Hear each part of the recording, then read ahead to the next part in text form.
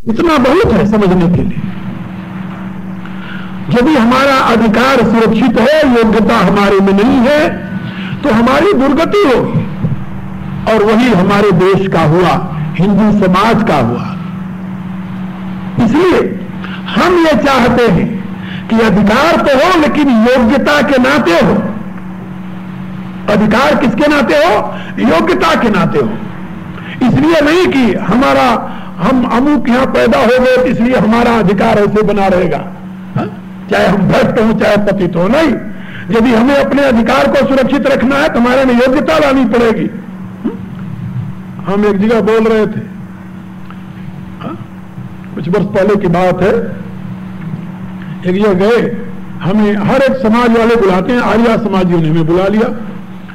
तो वो सोचते थे कि बाबूराव जी बड़े खंडन मंडन करते हैं, तो इनको बुलाओ, ये थोड़ा बोलेंगे तो हमारा जरा वो होगा कि देखो सनातन धर्म के एक महान विद्वान हमारे सभा में आकर बोले। तो वहां पर हम गए, बैठ गए, एक आर्य समाजी सज्जन खड़े हुए और खड़े होकर बूंद कहां से पानी की गिरी, ऊपर देखा तो राजकुमारी रो रही थी। तो वहीं खड़ा हो गया, उसने पूछा किम कारण, तुम्हारे रोने का कारण क्या है, क्यों रो रही है? राजकुमारी रोए।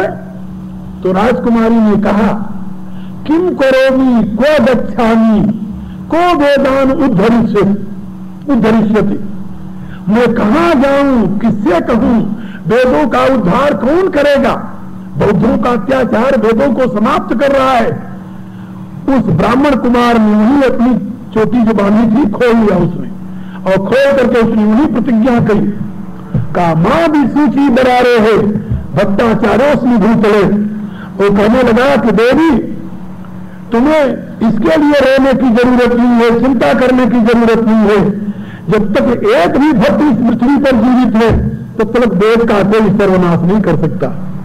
और उस बालक ने, 12 साल के बालक ने क्या कुछ किया, वो इतिहास साक्षी है जिन मैंने सुनाया था आपको। उस 12 साल के बालक का नाम था कुमारिल भट्ट। सुना होगा आप लोगों ने नाम, इतिहास में पढ़ा होगा। उसने स्वयं बौद्ध बन करके, बौद्ध स्वयं बनाओ, क्योंकि बिना बुद्धों में प्रवेश किए जान नहीं सकता था कि कैसे खंडन करते हैं, कैसे नाश करते हैं। स्वयं बौद्ध बन करके, बौद्ध धर्म का अध्ययन करके, शास्त्रार्थ करके, बौद्ध धर्म का नाश करके भारत से जड़ मूल सहित उठाकर बाहर फेंक दिया। तो मेरा कहने का अभिप्राय है कि जब तक एक भी कोई सदाचारी ब्राह्मण भारत की पृथ्वी पर है तब तक वैदिक धर्म या वैदिक सिद्धांत से कहीं जाने वाला नहीं है। लेकिन हाँ, इतना जरूर है कि ये व्यवस्था योग्यता के अनुसार और शास्त्र विधि के बिल्कुल व्यवस्थित। तुलसीदास भगवान ने गीता में बात कही है, ये शास्त्र विधि मुसृज्य,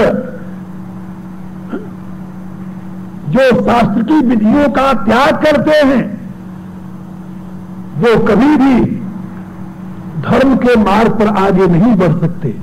इसलिए तस्मात् शास्त्रम प्रमाणम ते कार्याकार व्यवस्थितम, भगवान ने कहा कि शास्त्र को प्रमाण रूप में प्रतिष्ठित करके तुम अपने कार्य और अकार्य की व्यवस्था करो।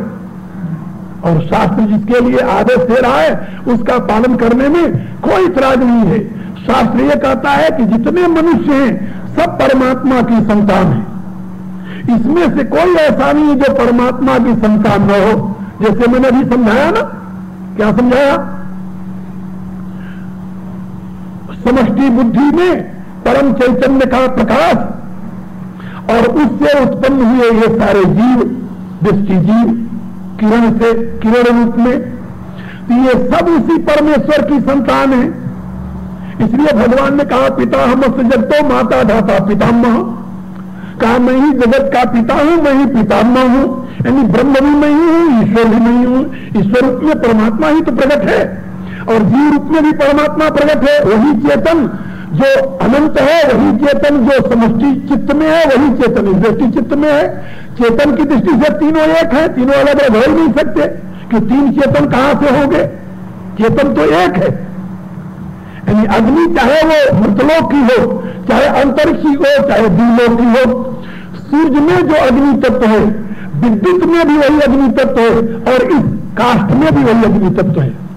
तो तो काष्ठगत अग्नि के समान ये जीवगत चेतन, क्या समझे, विद्युतगत अग्नि के समान वह ईश्वरगत चेतन और सूर्यगत अग्नि के समान वह परब्रह्म चैतन्य। इसलिए चेतन में कोई भेद नहीं है, एक ही चेतन तीनों रूपों में है। वेद में इसका वर्णन है, वेद में ऋग्वेद में पूरा इसका वर्णन है कि एक ही चेतन तीनों रूपों में प्रकट हुआ है। और जब एक ही चेतन तीनों रूपों में प्रकट हुआ है तो हर एक चेतन को अधिकार है कि वो अपने पिता तक पहुंचे, अपने कारण तक पहुंचे। हर एक चेतन का अधिकार है, चाहे वो अग्नि स्मशान की हो, चाहे वह अग्नि यज्ञ की हो, चाहे वह अग्नि चूल्हे की हो। अग्नि के तेल भी हित कर दिए गए। यज्ञ की अग्नि को माना गया ये आवहनीय अग्नि है, यज्ञाग्नि है, हा? और घर की अग्नि को ये माना गया गार्हपत्य अग्नि है, चूल्हे की अग्नि है। और स्मशान की अग्नि को माना गया कि ये तो दूषित अग्नि है, स्मशान की अग्नि है। लेकिन अग्नि के 3 स्थान पर होने से अग्नि में तो कोई दोष नहीं आया कि आ गया। क्या राय है आप लोगों की? अग्नि अपवित्र हो गई? नहीं। तुलसीदास ने क्या लिखा? भानु किसानु सरोवर खाही, तिन कह मंद कहत को नाही। अग्नि और सूर्य सारे रसों पर पड़ते हैं। गंगा जी पर पड़ने वाली किरणें सूर्य की पवित्र हैं, और किसी कूड़े पर पड़ने वाली किरणें सूर्य की अपवित्र हो गई। सूर्य की किरणें न पवित्र होती हैं, न पवित्र होती है तो जैसी हैं वैसे ही है। इसी रूप से चेतन जहां भी है वो वैसे ही है, उसमें कोई अंतर नहीं आया। तो चेतन की दृष्टि से सबके प्रति आत्मीयता, सबके प्रति प्यार, सबके प्रति आत्मभाव, और व्यवहार की दृष्टि से उसकी योग्यता अनुसार उसको स्थान। ये बात समझे ना? व्यवहार की दृष्टि में योग्यता अनुसार उसको स्थान। ये 2 चीजें यदि आप याद रखें कि हमें चेतन की दृष्टि से सबको प्यार करना है, लेकिन व्यवहार में जिसको जो स्थान उचित है वही देना है, हा? तो व्यवहार की दृष्टि में समाज की व्यवस्था हो जाएगी और चेतन की दृष्टि में सबसे आत्मीयता भी बनी रहेगी। दोनों काम साथ साथ हो जाएगा ना? बिल्कुल यही वेद का संदेश है। याद रखो, वेद का यही संदेश है कि सबके प्रति आत्मभाव से तुम चिंतन करो। एक कहानी आपको सुनाऊं। हमारे आचार्य जो आदि शंकराचार्य हुए हैं, आदि शंकराचार्य, वो विजय करते हुए काशी में आ गए। काशी में आए तो काशी में भी उन्होंने डंका बजाया, शास्त्रार्थ के लिए कोई शास्त्रार्थ कर लो। काशी के विद्वानों ने सुना कि भाई कोई आया शास्त्रार्थ करने वाला, उसे शास्त्रार्थ करना है। अब वो गंगा जी से स्नान करके ज्यों आने लगे तो रास्ते में काशी का एक चांडाल, डोम एक जाति होती है काशी में, जो वहां स्मशान के मुर्दे यानी जहां जलते वहां से कफन लेते कर लेते हैं। वो डोम चला जा रहा था, उसके दोनों तरफ कुत्ते थे, कुत्ते पाले हुए था, दोनों हाथ में कुत्ते, इधर भी कुत्ते इधर भी कुत्ते, सांकल से बांधे उनको लिए चला जा रहा था। उधर से शंकराचार्य जी आ रहे थे, उनके पीछे उनके शिष्यगण से गंगा स्नान करके त्रिपुंड करके सारे बड़े सजे धजे रेशमी डाले पीतांबर पहने, और वो आकर के बिल्कुल ऐसे सीधा जा रहा था। तो उनके शिष्यों ने आकर के कहा कि बदल हो जाओ। उस डोम ने भी सुना था कि ये शास्त्रार्थ करने आया है यहां पर, तो वो आकर खड़ा हो गया ऐसे सामने, ऐसे शंकराचार्य सामने उधर से आ रहे, इधर से जा रहा, खड़े हो गया। उनके पीछे बगल में शिष्यगण, इसके बगल में कुत्ते लेकर खड़ा हो गया वो। शंकराचार्य जी ने उससे कहा कि तुम रास्ता दो, उसने कहा तुम रास्ता दो। रास्ता कौन दे? शास्त्र ये कहता है कि जो बड़ा हो उसके लिए रास्ता दे दो, जो बड़ा हो उसके लिए रास्ता दे दो। तो लोगों ने उससे कहा कि अरे तुम रास्ता दो, जानते नहीं ये शंकराचार्य जी हैं, आचार्य शंकर है, रास्ता दे दो। उसने कहा शास्त्र कहता है कि अपने से बड़े को रास्ता देना चाहिए, अपने से बड़े को रास्ता देना चाहिए। तो मेरे समझ में नहीं आया कि किस दृष्टि से मेरे से बड़े हैं जिनके लिए रास्ता दे दूं। शरीर की दृष्टि से जिन पंच महाभूतों का इनका शरीर है उसी से मेरा शरीर है। आत्मा चैतन्य है, जो इनमें है वही मेरे में है।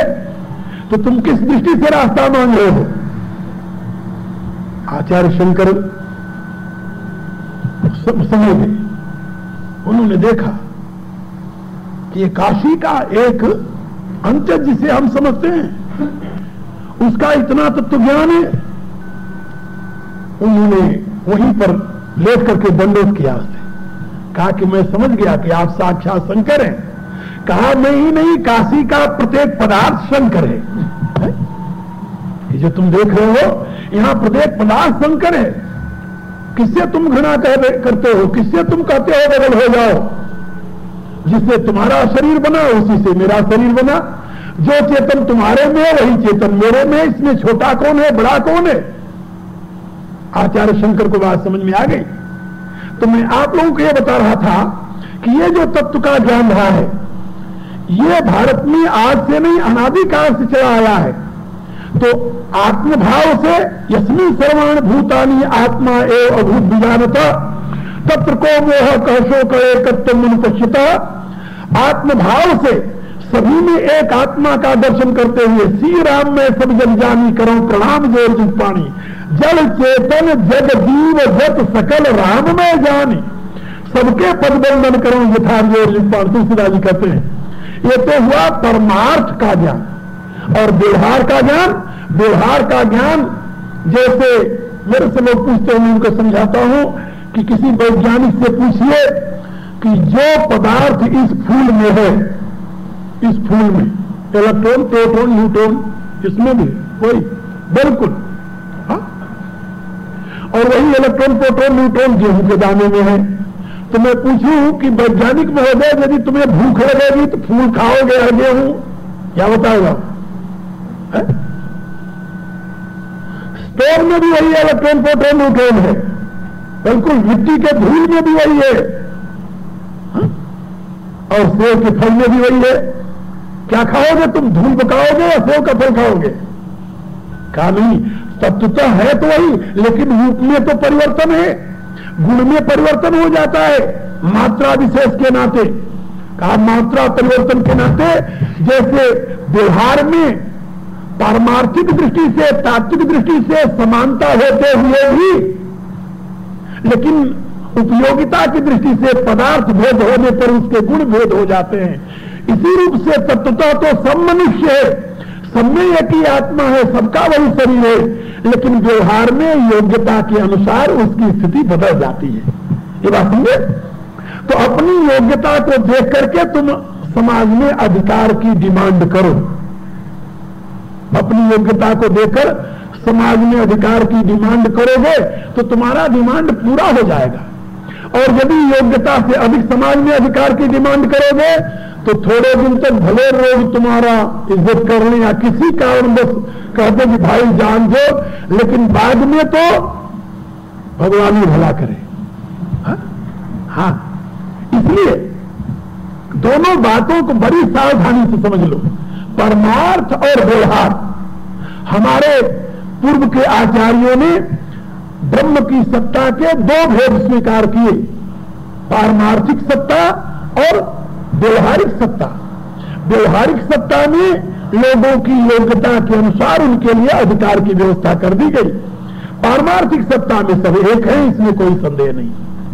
अद्वैत परमार्थिक सत्ता में है, व्यवहारिक सत्ता में नहीं है। अपने घर में आप रहते हो, नारी एक तत्व है, ऐसे आप समझ लो।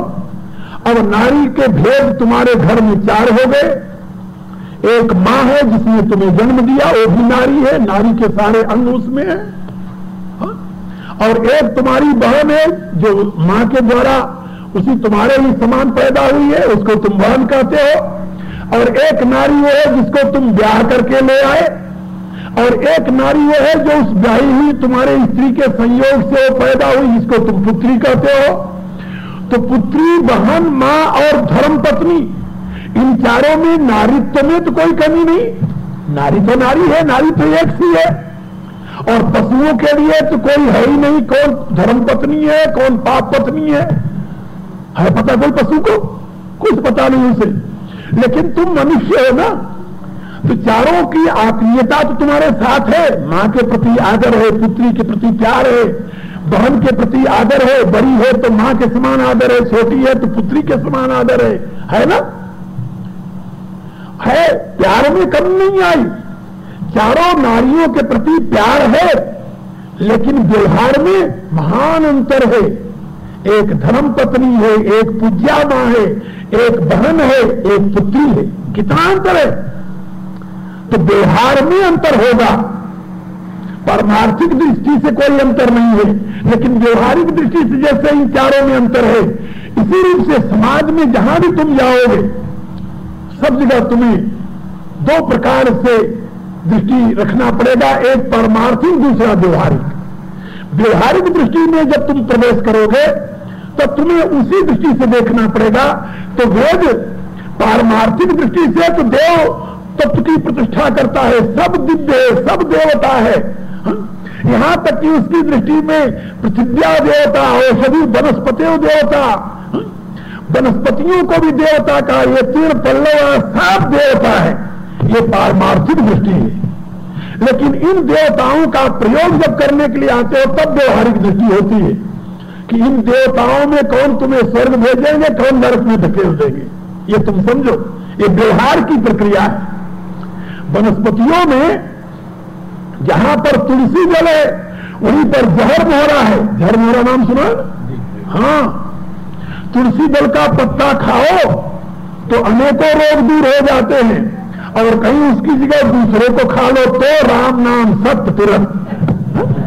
हाँ, इसलिए मैं आप लोगों से बता रहा था कि जहर के पौधे भी तो वनस्पतियों में ही मिलते, लेकिन नहीं, ये अपने को देखना है कि कौन हमारे लिए उपयोगी है। ये व्यवहारिक जगत है। एक महात्मा ने एक शिष्य को उपदेश दिया। शिष्य आया, गुरुदेव हमें ब्रह्म तत्व का बोध करा दो। उन्होंने कहा बहुत अच्छी बात, कहा सब ब्रह्म है, सर्वम खलुदम ब्रह्म। कहा समझ गया भैया। अब वहां सर्वम खलुदम ब्रह्म कहते हुए चला। अभी कुछ दूर आगे गया, इतने में एक मतवाला हाथी आ रहा था। पीलवान उसके ऊपर बैठा हुआ कह रहा है, दूर हट जाओ, हाथी पागल है। वो सोचने लगा सर्वम खलुदम ब्रह्म, हम भी ब्रह्म, हाथी भी ब्रह्म, ब्रह्म का क्या बिगाड़ेगा? सोचकर उसने कहा कि मैं नहीं हटता। इतने में हाथी नजदीक आया, उसने सिर में लपेटा, उठा गया, खड़ाक दे फेंका। दूर गया तो हाथ पांव टूट गए। कुछ देर तक तो बेहोश रहा। अगल बगल के लोगों ने देखा कि ये तो स्वामी जी का शिष्य है। उसको उठाया, ले गए वहां स्वामी जी के आश्रम में, उसे रख दिया। स्वामी जी ने देखा, पूछा क्या हुआ? कहा कि मतवाला हाथी ने फेंक दिया। अरे, उन्होंने उसकी दवा दारू की। थोड़ी देर बाद जब होश आया, आंख खोला तो गुरु जी को देखा। गुरु जी ने पूछा क्या हुआ? अरे कहा हुआ क्या, आपके मंत्र ने तो हमारा जन्मते ही भट्टा बैठा नाश कर दिया। अभी मंत्र लेते ही हमारी दुर्गति हो गई, फिर परिणाम क्या होगा? कहा हुआ क्या? कहा आपने बताया था सर्वम खलुदम ब्रह्म। कहा दिया। कहा हमने सोचा कि ब्रह्म में ब्रह्म हाथी, फिर ब्रह्म का क्या बिगाड़ेगा? कहा फिर?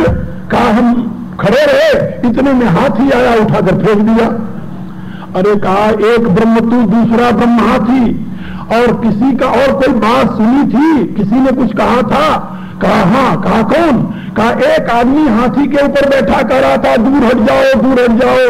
अरे कहा मूर्ख, तेरे से बड़ा तो हाथी, और हाथी से बड़ा उसके सर पर बैठने वाला, तो बड़का ब्रह्म कौन हुआ?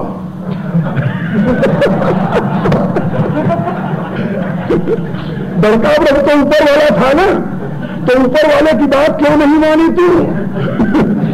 ऊपर वाले की बात मानी होती तो तेरी ये दुर्गति न होती।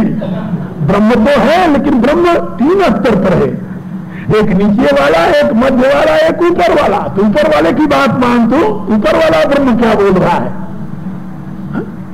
तो इसी रूप से ऊपर वाला ब्रह्म क्या बोल रहा है वो तो समझो। ऊपर वाला ब्रह्म कौन है? शास्त्र है, जिसको शब्द ब्रह्म कहते हैं। जो आकाश का गुण है उसको समझो, और धरती पर बैठने वाले तुम, हा?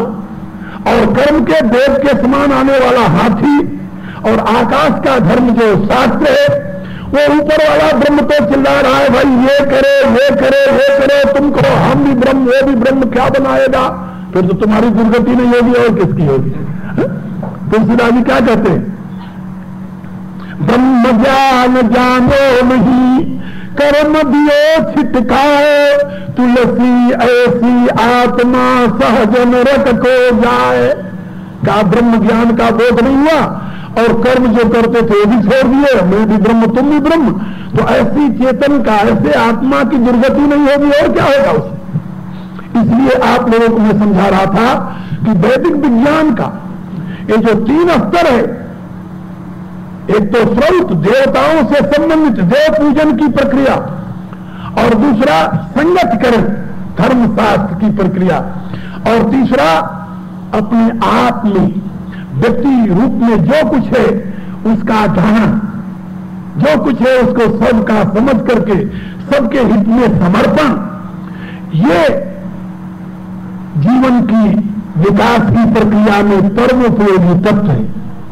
इनको समझते हुए आप लोग देव पूजन, संगतकरण और दान, दिव्य शक्तियों की आराधना करें, विद्वानों की संगत करें, उनके प्रति श्रद्धा रखें, ये देव पूजन है। और आपस में स्वार्थ रहित होकर संगठित होकर के रहें, संगतकरण होगा। और फिर जिसके पास जो कुछ है वह एक दूसरे के हित में दान करें, समर्पण करें, भगवान की विभूति समझ करके, फिर आपका जीवन महान बनेगा। ये बात याद रखें, आपके जीवन में उन्नति आएगी, वह गौरव आएगा कि मेरा विश्वास है कि दुनिया के सारे मनुष्य आपको देखकर आपके पीछे चलने के लिए तैयार हो जाएंगे। मैं जब यूरोप में आया तो मैं ये सोचता था कि मैं एक भारत का रहने वाला, और भारत आज से 14 वर्ष तो बहुत निम्न स्तर पर था, आर्थिक दृष्टि से तो बहुत कमजोर था। उस समय तक तो अन्न भी दूसरे से मांग करके यानी खरीद कर खाता था। अब नहीं, अब तो बहुत संपन्न है। अब तो भारत अन्न बाहर बेचता है, दूसरे देशों को दे रहा है। हर साल भारत से गेहूं, चावल और कई प्रकार की पदार्थें दुनिया को निर्यात की जा रही है। अब स्थिति नहीं है, लेकिन उस समय की बात मैं बता रहा हूं। तो मैं सोचता था कि मेरे को यहाँ के लोग जब देखेंगे सोचेंगे भारत का रहने वाला है? तो मेरे प्रति क्या श्रद्धा करेंगे? जो गरीब देश का आदमी होता है उसका कोई आदर करता है? गरीब परिवार का कोई मेंबर आ जाए कहीं, लोग कहते हैं हाँ बैठ जा वहीं, और कोई अमीर परिवार कहते भैया इधर आओ, यहाँ बैठे। ये जो भैया इधर आओ यहाँ बैठे, उसकी शक्ल नहीं कह रही है। कौन कह रहा? उसकी अमीरी कह रही है। तो लक्ष्मी भूषयते रूपम, लक्ष्मी भूषयते कुलम, लक्ष्मी भूषयते विद्या, सदा लक्ष्मी विशिष्यते। इस शास्त्र में कहा कि भाई लक्ष्मी भूषयते रूपम, महाकुरूप व्यक्ति क्यों न हो, लेकिन यदि लक्ष्मीवान है, पैसे वाला लोग है, क्या सुंदर स्वरूप दिया है भगवान ने। हाँ, और लक्ष्मी भूषयते कुलम, महादुष्ट क्यों न हो वृत्ति वाला, लेकिन लक्ष्मीवान लोग कहेंगे अरे तो हरिश्चंद्र के पोते हैं। तुरंत हरिश्चंद्र से तो बड़े दानी करण है, ये तो करण के बाद यही पैदा हुई है भारत में, दुनिया में। और लक्ष्मी भूषयते विद्या, चाहे मूर्ख ही क्यों न हो, लक्ष्मीवान है तो उसको विद्या भारती की उपाधि तुरंत मिल जाएगी। आओ बैठिए जी, ऐसे लोग कहेंगे। तो ये लक्ष्मी की महिमा है। और दरिद्र को कौन पूछता है? तो यही मैं सोचा करता था।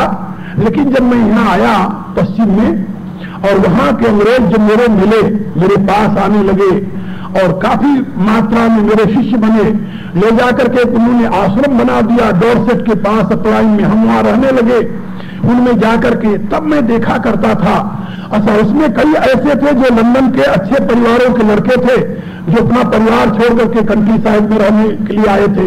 वो मेरे पास आने लगे, रहने लगे, दिन भर पांव दबावें, मालिश करें, सेवा करें। फिर मैं सोचने लगा कि आखिर ये लोग, मैं हूं तो इसी भारत का, जिस भारत पर इनके बाप दादे राज करते रहे हैं, अभी 50 वर्ष भी नहीं पूरा हुआ। और उसमें से कोई बतावे, मेरे पिताजी शिमला में रहा करते थे। एक लड़का मेरे से बताने लगा कि स्वामी जी मेरा जन्म शिमला का है, my father was there commissioner. तो मैं सोचने लगा कि शिमला का जो कमिश्नर था कभी, तो बहुत बड़ी चीज था वो। और क्योंकि शिमला तो उन दिनों पंजाब और ये इस समय हिमाचल हरियाणा जो है इस सारे का वो मुख्य था। अब वहां जो कमिश्नर था उसका ये लड़का है, ना मालूम इसके बाप ने कितने अत्याचार किए होंगे। और ये रोज सायंकाल को मालिश करता है, पांव दबाता है। तो ये मैं सोचा, आखिर मैंने सोचा है किसके नाते हो रहा है, कौन सी ऐसी बात है, कौन सा गुण आ गया मेरे, मैं बड़ा सुंदर हूं, नहीं। फिर बात क्या हो गई, कहा बात केवल एक थी उसमें। वो बात क्या थी जानते हो?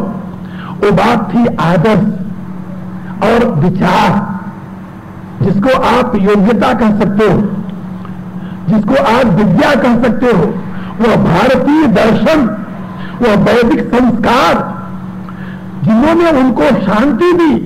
और मैं उन लोगों से अब भी यही कहता हूं कि if you want to go heaven you must go to church, because church people will send you heaven. They have agency, but I have no agency. But if you want to heaven in your present life, come to me. I will teach you that process through which you will bring heaven in your present life. यदि तुम मरने के बाद स्वर्ग जाना चाहते हो तो चर्च में जाओ, हमारे पास उसकी कोई ठेकेदारी नहीं है। चर्च वाले ठेका लिए हैं, कंट्रैक्ट लिए हैं परमात्मा से। कंट्रैक्ट, टेस्टामेंट माने जानते हो क्या होता है? कंट्रैक्ट। ओल्ड टेस्टामेंट माने पुराना कंट्रैक्ट, न्यू टेस्टामेंट माने नया कंट्रैक्ट। तो पुराना कंट्रैक्ट रिजेक्ट कर दिया है, अब नया कंट्रैक्ट लिया है। और कंट्रैक्ट है कि जो बिलीव करेगा, he who will believe in Jesus he go heaven. ये कंट्रैक्ट उनके पास है। तो मैंने उन लोगों से अब भी कहा और तब भी कहा करता था कि you want to go heaven after death, मरने के बाद स्वर्ग जाना चाहते हो तो तुम वहां चले जाओ, उनके पास इसका कंट्रैक्ट है, हमारे पास नहीं। हम तुम्हें मरने के बाद स्वर्ग जाने की गारंटी नहीं दे सकते। But if you want bring heaven in your present life, यदि तुम चाहते हो कि वह स्वर्ग तुम्हारे इसी जीवन में आ जाए, इसी जीवन में आ जाए, come to me, I will teach you that process. मेरे पास आओ, मैं तुम्हें वह विधि बताऊंगा जिससे तुम स्वर्ग को अपने जीवन में उतारोगे। और इसमें संदेह नहीं कि जो मेरे शिष्यगण हैं वो सही में शांति और सुख अनुभव करते हुए वो कहते हैं तत्व स्वर्ग ये है, जैसा हमने शास्त्र में पढ़ा था तत्व स्वर्ग ही है, वही उसके लिए यही स्वर्ग है। वैसे वो भी कहते हैं ठीक है हमारा स्वर्गीय जीवन है। तो मैं आप लोगों से बता रहा था कि जिस वैदिक विज्ञान ने, जिस वैदिक विचारधारा के जीवन के आदर्श ने उन लोगों को अपनी तरफ आकृष्ट किया, आज हजारों नहीं करोड़ों की तादाद में अमेरिकन चर्चों को छोड़कर, चर्चें बिक रही हैं वहां पर, ढह रही हैं वहां पर। कोई आदमी उसमें दर्शन करने के लिए नहीं जाता, कोई प्रार्थना करने के लिए नहीं जाता। पुराने पुराने जो हैं ओल्ड मैन, उनको आप देखोगे जाते हुए उसमें, या भारत से आए हुए वो बेचारे जिनको भारतीयों ने धक्के देकर के निकाल दिया, वो क्रिश्चियनिटी में परिवर्तित हो गए, वो जाकर के यहाँ हमारे यहाँ साउथ हाईवे हमारे बगल में एक चर्च है कैथोलिक, उसमें रविवार को जाकर देखो तो आपको या तो बूढ़े बूढ़े अंग्रेज मिलेंगे और या तो ही काली चमड़ी वाले हिंदुओं मिलेंगे, वो वहां पर लाइन लगा खड़े चर्च में, और कोई यंगस्टर नहीं मिलेगा। तो ऐसे अमेरिका में हजारों चर्च बिक गए, ढह गए। और आज जहां कहीं मंदिर या कुछ ऐसी संस्थाएं खुलती हैं, योग आश्रम खुलता है, आश्रम खुलता है, आप देखो सारे वहां अमेरिकन से भरा हुआ होता है। एक एक महात्माओं के पास 1000 500 अमेरिकन साथ साथ रहते हैं, वहीं खाते हैं, पीते हैं, काम करते हैं और मिशन चला रहे हैं। क्यों? आखिर वो इन्वेस्टर वहां न जाकर यहां क्यों आ रहे हैं? इसलिए कि वहां वैदिक विज्ञान है, वहां जीवित धर्म है। क्या समझे? वहां पर तर्कयुक्त धर्म है, फिलॉसफी है। इस विज्ञान के जमाने में एक पादरी मेरे पास आए, वो मेरे से प्रश्न करने लगे, कहने लगे स्वामी जी क्या भारत में भी यही हाल है कि इन्वेस्टर मंदिरों में नहीं जाते? हमारे यहाँ तो चर्चे में कोई इन्वेस्टर जाकर खुश नहीं है। हम कहा भाई बात यह है कि इतनी लंबी इंतजार कौन करे, जब मरेगा तब आप स्वर्ग बताओगे। या तो स्वर्ग जाने के लिए जल्दी जो मर जाए आत्महत्या कर ले वो, तब तो जल्दी चला जाएगा। लेकिन ये तो उसको विश्वास हो नहीं सकता, क्योंकि आपको जब देखता है सामने तो कैसे विश्वास करे। आप भी तो बिलीव करते हो ना कि मृतलोक से ज्यादा सुख स्वर्ग में है। बोले हाँ, तो आप भी तो इंतजार कर रहे हो ना कि जब मरोगे तब जाओगे स्वर्ग में, और मर करके तुरंत जाओगे नहीं। मरने के बाद दफनाए रहोगे। जब वो आखिरी दिन आएगा जजमेंट डे, पता नहीं कब आएगा। हे भगवान पहले जीते जी सड़े, फिर मर करके सड़ो, और फिर उसके बाद जजमेंट डे आवे तब जाओ कहीं, वो भी न्याय हो गया तब चले गए स्वर्ग में, हेवन में। इतनी लंबी इंतजार करने के लिए अब युवकों को पेशेंस जिसे कहते हैं नहीं रहा। मैंने एक दिन टेलीविजन पर अमेरिका में कहा, हाँ वहां मेरे से प्रश्न किया, वो जो इंटरव्यू ले रहा था, तो उससे मैंने कहा, टेलीविजन पर मैंने कहा, हम कहा कि investors have no patience to wait for heaven up to their death, they want heaven in their present life, but because churches have no ability and capacity to provide them, due to this they are running away from church. But while they are coming into Hindu institutions, because we are providing them heavenly enjoyment in their present life, we are giving peace by practice. Due to this, people are coming, people are joining us day and night. You will find all investors in our society or missionaries. इसलिए मैं आप लोगों को बता रहा था कि भारत के धर्म को आज दुनिया के लोग जो देखने लगे हैं वो उसकी महत्ता के नाते देखने लगे। मैं ये बता रहा था, वो सुंदरता के नाते या अमीरी के नाते नहीं, अपनी योग्यता के नाते। भारत से जितने योगी आए, जितने महात्मा आए, जितने ऋषि आए, उन्होंने अपने आत्मबल पर, अपनी योग्यता के बल पर बड़े बड़े आश्रम स्थापित किए, बड़े बड़े मंदिर बनाए विदेशों में, अमेरिका, यूरोप आदि देशों में, वो अपने बल से। हमारी गवर्नमेंट तो भगवान का नाम लो, हाँ उसकी चले तो जो कुछ है वो भी उठा दे, उठाने की बात तो लग रही, वो क्या हेल्प करेगी, क्योंकि हिंदू गवर्नमेंट तो है नहीं। यदि गवर्नमेंट की चले तो हम लोग बाहर जो काम करते हैं वो भी समाप्त हो जाए, लेकिन नहीं, भगवान की बड़ी कृपा है कि विदेशों में महात्मा लोग अपने पुरुषार्थ से काम कर रहे हैं, अपने पुरुषार्थ से। अब कुछ लोग जो विदेश में रहने वाले हिंदू समाज के लोग हैं, कहीं कहीं पर थोड़ा थोड़ा वो भी मदद करने लगे हैं, लेकिन जितनी बड़ी बड़ी मिशनरी चल रही है उसमें कोई मदद करने वाले हिंदू आपको नहीं मिलेंगे। सब अपने पुरुषार्थ से वहां के लोगों के सहयोग से चला रहे हैं। इसलिए मैं आप लोगों को बता रहा था, जिस धर्म की इतनी बड़ी महत्ता है, जिसको आज का वैज्ञानिक मनुष्य अपना रहा है, आप लोग जन्मजात उस धर्म के उत्तराधिकारी हो देवता। इसलिए उस धर्म की गरिमा को समझिए, उस वेद वेदांत के महत्व को समझिए और अपने जीवन में उस धर्म के क्रियात्मक स्वरूप को प्रतिष्ठित करने के लिए खड़े हो जाइए। अब वो जमाना चला गया कि ये अमुक जाति का है, अमुक जाति का है, अमुक जाति का है। वेद कहता है पहले तुम मनुष्य हो। वेद में हमने जहां तक पढ़ा है सब उपदेश मनुष्यों के लिए है, तो पहले तुम मनुष्य बनो, मनुष्य बन करके देवता बनो, देवता बन करके ईश्वर बनने की कोशिश करो। और तुम यदि कहो ये रास्ता सही है, ये रास्ता सही है, वो कहे ये रास्ता सही है, ये रास्ता सही है, और चलो तो ये कहो नहीं, फिर क्या होगा? फिर रास्ता तुम्हें वहां नहीं पहुंचाएगा तुम्हारा चलना। ये बात समझ रहा ना? इसी रूप से जिस सिद्धांत को समझा है उसके ऊपर आगे बढ़ो।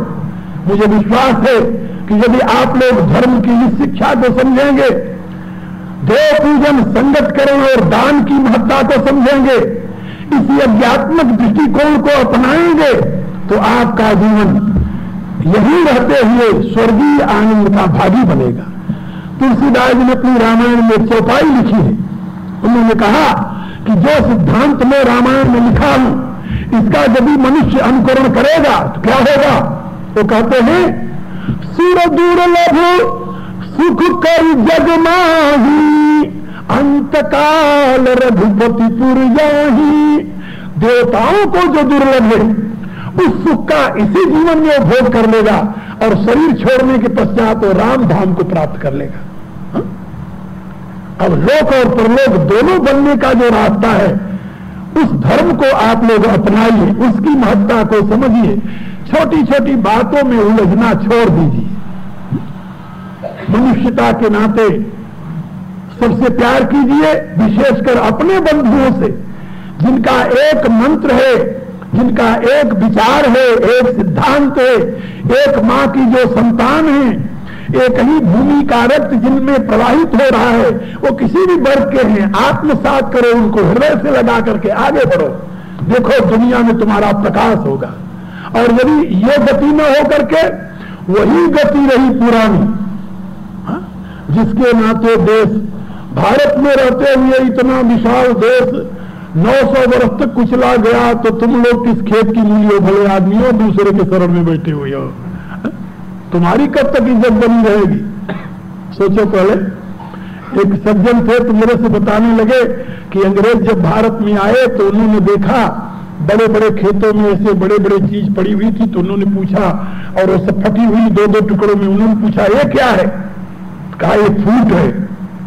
फूट जानते हो ना, ककड़ी जब पक जात है तो हाँ फाट जाते हो कि फूट कहते अपन यहाँ, दूसरे कहा जाते हो हाँ ककड़ी जब पक के फटत है तो उसको फूट कहते हैं। हाँ, और हमारे यहाँ भारत में एक और फल हो तो जाना तो क्या कहते? बैर। बैर। हाँ, तो जब जा रहा था तो उसके कपड़े में वो कांटे चुभ गए और फल देखा लाल लाल लगे हुए थे, तो उसने पूछा ये क्या है? बोले ये बैर है। कहा जिस देश में बैर है, जिस देश में फूट है, वहां राज्य करने में क्या तकलीफ है? वहां तो बड़े आराम से सब कुछ हो सकता है। बैर और फूट की बात समझे? तो जिस समाज में बैर हो वहां फूट तो होगा ही, बैर से फूट होता है। तो जहां बैर हो, जहां फूट हो, उस समाज के नाश होने में ज्यादा दिन नहीं गिने जाते। इसलिए आप लोग समझिए, समझ करके बड़ी सावधानी के साथ यहाँ जो वैदिक विज्ञान से संबंधित आप लोग 8 दिन तक विचार सुने हैं, उस पर मनन कीजिए, चिंतन कीजिए और उस पर आगे बढ़ने की कोशिश कीजिए। बहुत सी बातें मैंने आप लोगों को बता दी है, बहुत बताई। हाँ? और मेरे विचार से आज मैं 1.5 घंटे से भी ज्यादा बोल दिया, हो गया। और मेरी ये चाह है, हम तो चाहते ये है कि हम जितना जानते सब आपको बता दें, लेकिन कैसे बता दें? 1 दिन, 2 दिन, महीने, 2 महीने में? अरे राम राम। हमारे साथ जो शिष्य रह रहे 23 वर्ष से, अभी वो 23 वर्ष वाले शिष्य मेरे कहते हैं कि अभी आपका तो हमें कुछ पता ही नहीं चलता, आप कहां से बताने लगते हो। हाँ, आप जानते हो 23 वर्ष से हमारे, यानी आप लोग जानते अच्छी प्रकार से, कृष्णकांता जी यहाँ आती हैं, मेरी जो शिष्या है, वो 26 वर्ष से मेरे साथ हैं। 26 वर्ष हो गए उनको मेरे साथ अध्ययन करते, मनन करते, चिंतन करते। वेद की अच्छी पंडिता है, अच्छी पंडिता है, भगवान की बड़ी कृपा रही उनके ऊपर। और उन्होंने वैदिक साहित्य में स्वर्ण पदक लिया है यूनिवर्सिटी से, पंजाब यूनिवर्सिटी से, और अच्छी तपस्या की, अच्छी साधना की। 26 वर्ष से मेरे साथ है। और फिर भी अभी कोई बात करे तो कहती हम तो गुरुजी की आधी बात ये भी नहीं समझे। तो गुरुजी का कोई मतलब नहीं है। हम कभी कभी अपने शिष्यों से बताते हैं कि जब हम विचार देने लगते हैं, बोलने लगते हैं, तो गुरुजी ये नहीं होते, गुरुजी तो मीडियर होते हैं, बोलने वाला कोई और होता है, वो वहां से सप्लाई करता रहता है। तो यहां यदि केंद्र हो उसकी तो पकड़ में आ जाएगा, यदि यहां केंद्र नहीं वहां है क्या पकड़ में आएगा। इसलिए मैं आप लोगों को बता रहा था कि चाहता तो सब कुछ समझा दूं, लेकिन सब कुछ समझाना न मेरे बस का है समझाना, न आपके बस का है समझना। लेकिन जितनी बातें मैंने समझाई है इतने एनफ है, पर्याप्त है, यदि आप लोग उसको जीवन में धारण करें तो। इन्हीं शब्दों के साथ मैं अपने विचारों को यही विश्राम देता हूं अभी एक दिन और आप लोग मेरे विचार सुन सकेंगे। कल रोटरडम में वहां मैं बोलूंगा शिव मंदिर में। इस यात्रा में एक दिन अभी और मेरे विचार सुन सकेंगे। और जैसे आप लोग मेरे साहित्य पढ़ करके और मेरे शिष्यगण यहाँ जो हैं या जो आते रहते हैं, उनके माध्यम से भी मेरे विचारों को सुनते रहते हैं, समझते रहते हैं। इस ढंग से आप लोग अपने आप में भावनाओं को प्रतिष्ठित करके यदि संगठित होकर के चलें, तो जो हमारी अभिलाषा है, चाह है कि हिंदू जाति पुनः अपने खोए हुए गौरव को प्राप्त करे और विश्व गुरु के पद पर दुनिया में अपने धर्म को प्रतिष्ठित करे, दुनिया की दृष्टि में वैदिक धर्म का पताका सबसे ऊंचा हो, ये जो हमारी चाह है उसको पूर्ण करने में आप लोग भी हमारे मददगार हो सकेंगे यदि आप संगठित होकर के आगे बढ़ोगे तो। और यदि आपस में एक दूसरे के पांव खींचते रहेंगे, फिर तो मैं समझता हूं वो दिन बहुत दूर होगा जबकि कभी ये अभिलाषा पूरी होगी। इसलिए मैं आप लोगों से बार बार इस बात के लिए निवेदन करूंगा कि जो बातें आपने सुनी है, जीवन का दिव्यीकरण, जीवन में संगठन और प्राप्त शक्ति का लोकहित में समर्पण, दान, ये वेद का जो मूल सिद्धांत है, संदेश है यज्ञात्मक जीवन का, इसको आप लोग अपने जीवन में उतारिए और स्वयं को और स्वयं के समाज को सार्थक बनाने में सहयोगी हो जी। इन शब्दों के साथ मैं अपने विचारों को विश्राम देता हूं। जो लोग मेरे से मिलना चाहे शाम को आ सकते हैं, मिल सकते हैं। कल यदि मैं यहाँ रहा, कल कहीं जाने का प्रोग्राम बना रहे हैं और यदि मेरा ठीक रहा, चलने फिरने लायक हुआ, आज तो मैं बैठा हुआ हूँ ऐसे करके। कल देख रहे थे ना कितनी कष्ट से मैं बैठा था, लेकिन आज मैंने कहा कि अब तुम पिराते हो, दुखते हो तो पिराओ, हम तो उठा बनाया।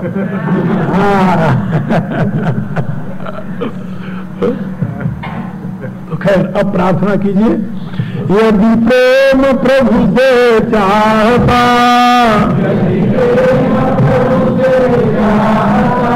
अभिमान को बजता तेरे, दे छोड़ सब अरमानित, हरि नाम जप दिन रात रे, संसार के वैभव सभी, तू जान जलती आगरे, दे त्याग रे सुख स्वप्न का, भीति निशाय बजागरे, नाते सभी तन के किए, माँ बाप पुत्र कलत्र, साथी सहोदर अपन पे, भूला फिरे लखयत्र, है व्यर्थ ही ममता किया, ना अंत को संग लागरे, तू देख आँखें खोल के,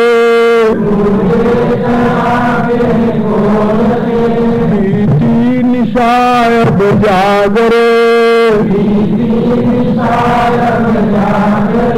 प्यारे तुम्हारे प्रेम के,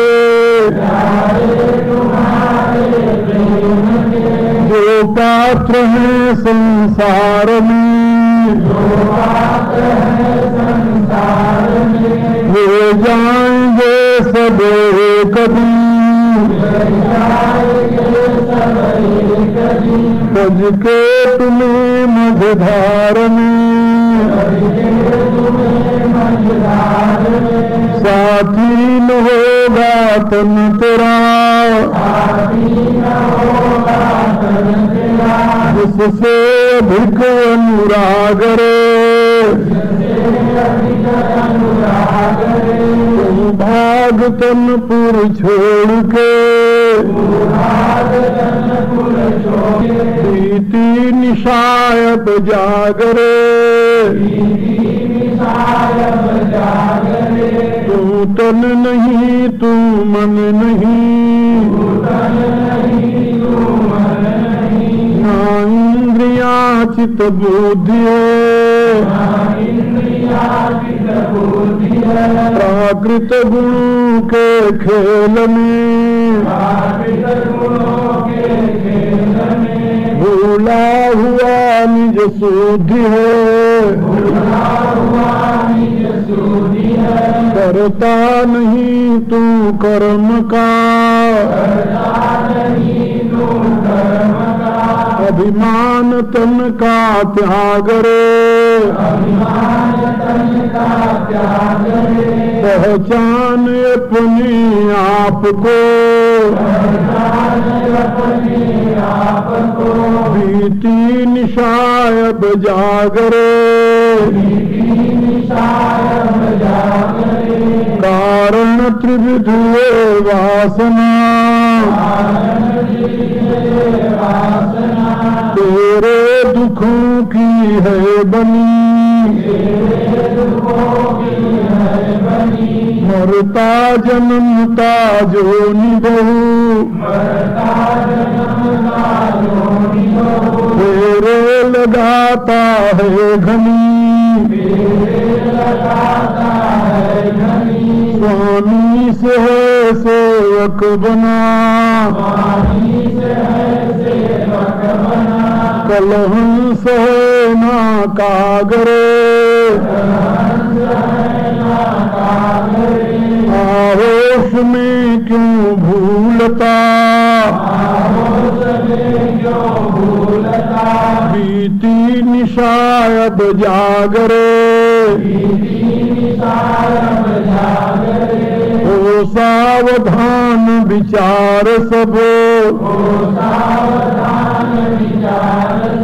बातें समझ में आएंगी, हो सावधान विचार सब, बातें समझ में आएंगी, जकड़ा हुआ जिनमें सदा